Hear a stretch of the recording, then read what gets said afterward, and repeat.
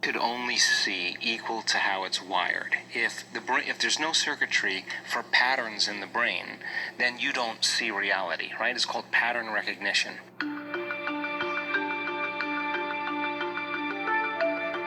So then how do we begin to see things that exist but we don't have the circuitry to perceive, right? In other words, we don't see things how they are, we see things how we are.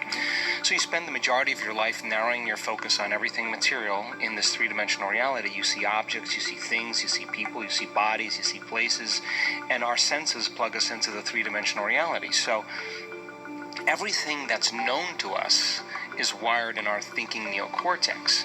So what we're seeing, and it's happened to me so many times, let's say you have a profound mystical experience. There's 4 states of consciousness. There's wakefulness, there's sleep, there's dreaming, and then there's the transcendental moment. Now that transcendental moment is something that we have been working to induce. In fact, we now know we can induce it. We've measured it. We know the pineal gland in certain areas of the brain become active, that the limbic brain all of a sudden moves into high frequencies. And a person has a full-on sensory experience without their senses. In other words, whatever's going on between their ears is more real than anything they've ever experienced before. So if your senses are heightened, right now, if everything you were seeing, hearing, smelling, tasting, feeling, if your senses were heightened, your awareness of everything around you would be heightened as well. Well, awareness is consciousness, and you can't have consciousness without energy. So in a sense then, if a person has a transcendental experience and they start interacting with beings that are not physical, if they have that really profound experience, that experience is going to be logged in their brain because experience enriches their brain, yes? The end product of an experience is an emotion, but you wouldn't feel fear from these beings. You would feel a kind of a love or a grace or a presence or an acceptance. And so then you wouldn't be intimidated or afraid of them. You wouldn't throw them into the box of some dogma or superstition. It's a profound moment where you're feeling such profound and intense love that you're leaning in and paying attention to the pictures in your mind. And in a sense, the stronger the emotion you feel from that inner event, the amount of gratitude or love or joy that you feel, the more you pay attention to the pictures in your mind. Now you're branding and embossing new circuitry in the brain. Now, what's the significance of that? Well, when you come back to your senses, to Lilu, now you can perceive a broader spectrum of reality because you're going to begin to see things that have always existed, but you didn't have the circuitry to perceive them. So then, as we activate the pineal gland, it acts as like a radio receiver, and those tiny little crystals, as we talked about in our last interview, begin to shimmer. And if a student or a person can begin to tune into energy and frequency, to know how to suppress the mechanism of the neocortex, the memory bank of the known self, to slow their brain waves down into theta, and in that state where the body's asleep and the mind is awake, and you can tune into frequencies and activate that system, that little pineal gland is going to hook into a frequency that's carrying information, and it's known as a transducer, which means it's like a radio antenna or a TV antenna. It's going to translate that frequency into profound imagery. That imagery then is not going to be anything that's known to you. It's going to be something that's outside the scale of known. So when a person comes back to their senses, they're going to perceive a broader spectrum of reality. So I guess about 5 or 6 years ago, I started sensing these presences in the room during our week-long events. It started at the week-long events? Well, it started at the 5-day, 4.5-day workshops. I started, out of the corner of my eye, started perceiving certain things, primarily when we were doing the pineal gland meditations. I had other meditations as well, but there was an energy in the room that I noticed, and they're very noble, and they're very interested in what we're doing. Observing? Many times in the beginning they observe. They are along the walls, and they're not small. They're very tall. How tall? Most of them probably 3 meters, maybe more tall. I mean, they're beautiful and big, and they have this grace about them and this presence, and they're very interested. They observe. And when I started seeing them and perceiving them, I never really asked who they were. I just observed. And for me, when we do the pineal gland meditations, I'm up at 3 in the morning or 2:30 in the morning, and we're going, and everybody's sitting up and laying down, and I'm awake the entire time, and I'm working with the audience, and I start doing the meditations with my eyes closed while I'm doing it, and a lot of times I open my eyes and I'm in theta.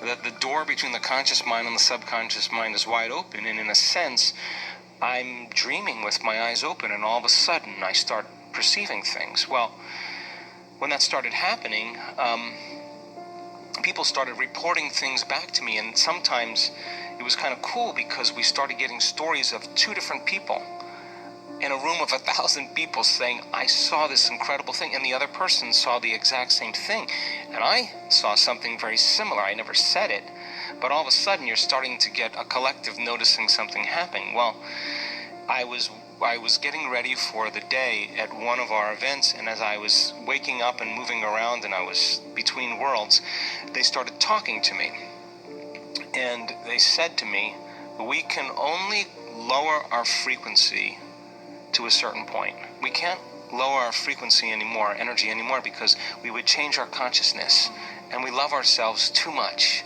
to do that. But if you can raise the frequency of the audience to a higher frequency, we'll meet in that place where that energy intersects.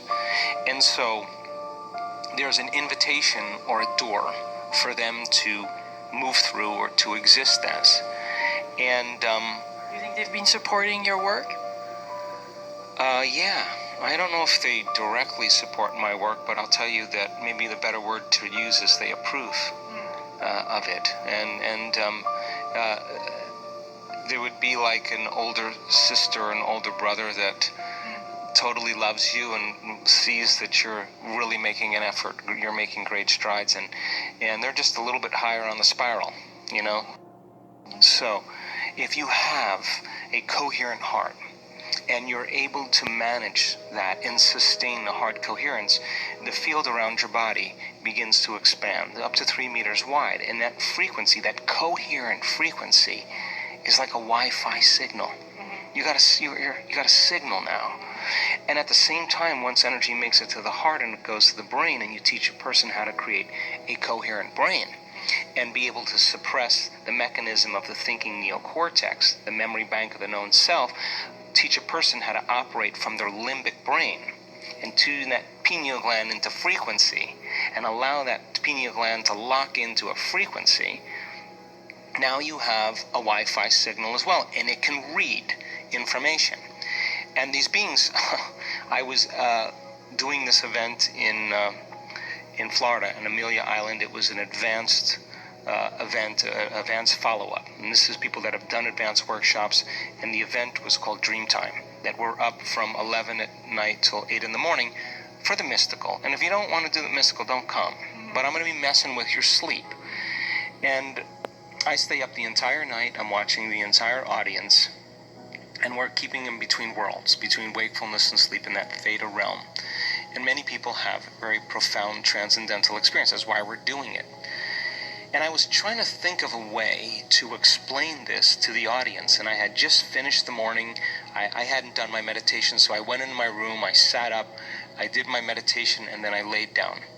And when I laid down, all of a sudden, I see this beautiful fractal pattern with my eyes closed in the room. And the moment I see that fractal pattern, I know that that's order, that's information, a packet, a standing wave of information.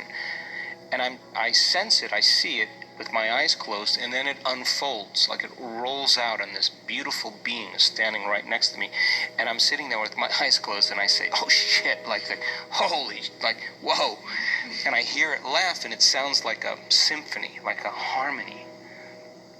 And it said to me while I was thinking about how to explain how we read frequencies like that fractal pattern, that's information. And it said, may I suggest a barcode? And I thought, while he said that or she said that, I said, what do you know about barcodes? Do you shop in a supermarket? and it laughed really loud. And as soon as I saw the barcode, I knew that the only way a barcode could be read is with a laser. A laser is coherent light. And when you have that coherent heart and that coherent brain, now you're producing a very multidimensional signal. And now you can read that fractal. It's just information.